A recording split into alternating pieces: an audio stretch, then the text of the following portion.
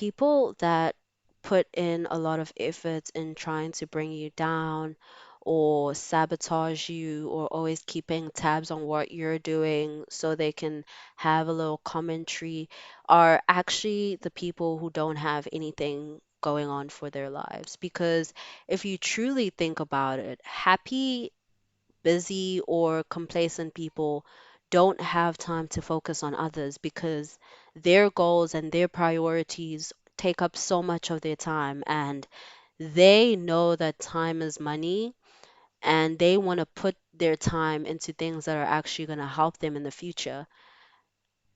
Keeping tabs on someone's life and trying to sabotage them is not constructive. It's not going to help you in any way, shape, or form. um, that's why I don't agree with stan culture. I don't agree with any type of parasocial relationships because you shouldn't have time to pay that much attention to someone else's life, because life is already a lifelong journey. Self improvement is a lifelong journey. Education is a lifelong journey. Like bettering yourself is a lifelong journey. So, why do you want to put what limited time you have into things that don't matter, into things that aren't going to propel you?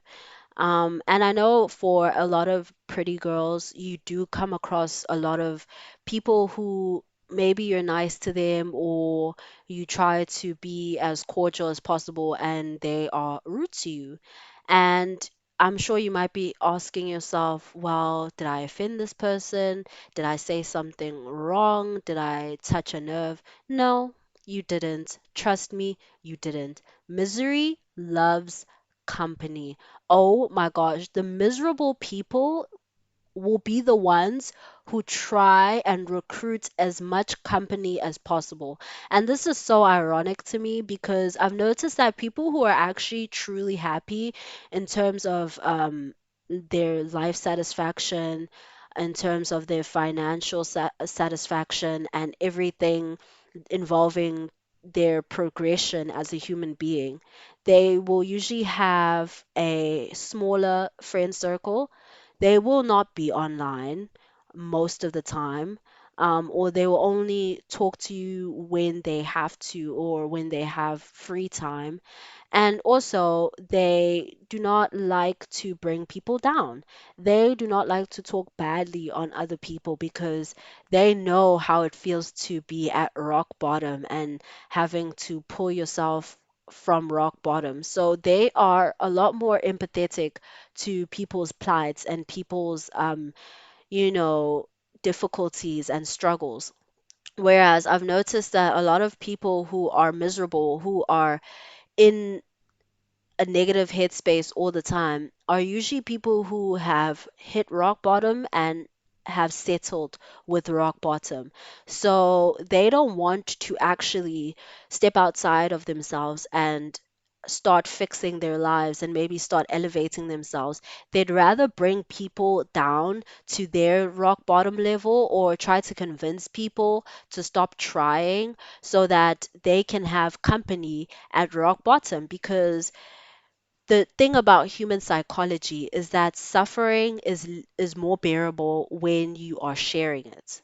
And that's why hurt people because no one wants to feel othered. No one wants to feel like what they're going through, only they're going through it, because once that happens, then you have to look at yourself and you have to blame yourself and you have to hold yourself accountable.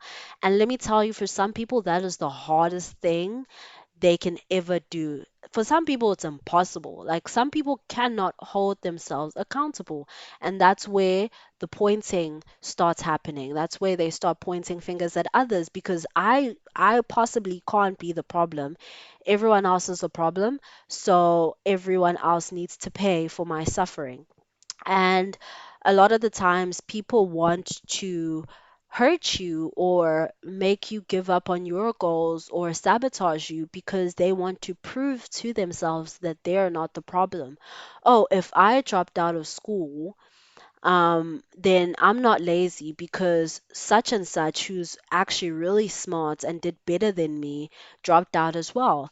Or if I lost this job, such and such also lost their job. So it's not me who's the problem. It's the new workplace, or it's the economy, whatever they want to blame it on. And honestly, this is their way of coping with their reality. I find that a lot of people can't actually accept their reality. They can't accept, the cards they've been dealt with in life. So it's easier for them to look at everyone else's reality and point out the flaws, or why your goals won't work, or why this won't happen for you, because it's too hard for them to do that for themselves. They've gone, or to their perception, they've gone too far into the deep end, that there's no option now to get out. This is who they are now, and this is what they need to do in order to not feel alone in those feelings. And I've come across a lot of people who do not like themselves at all. They've settled in every aspect of the word. They've settled for jobs they don't like, partners they aren't happy with, a lifestyle they do not agree with, or that does not elevate them. And then when you tell them your plans, then they start basing off your success rates on how they did in life, and if they could achieve it. And a lot of the times when you interact with these people, you will get deconstructive criticism. You will never get anything constructive enough to elevate you. It'll always be something that's going to work against you. They're going to make you doubt yourself.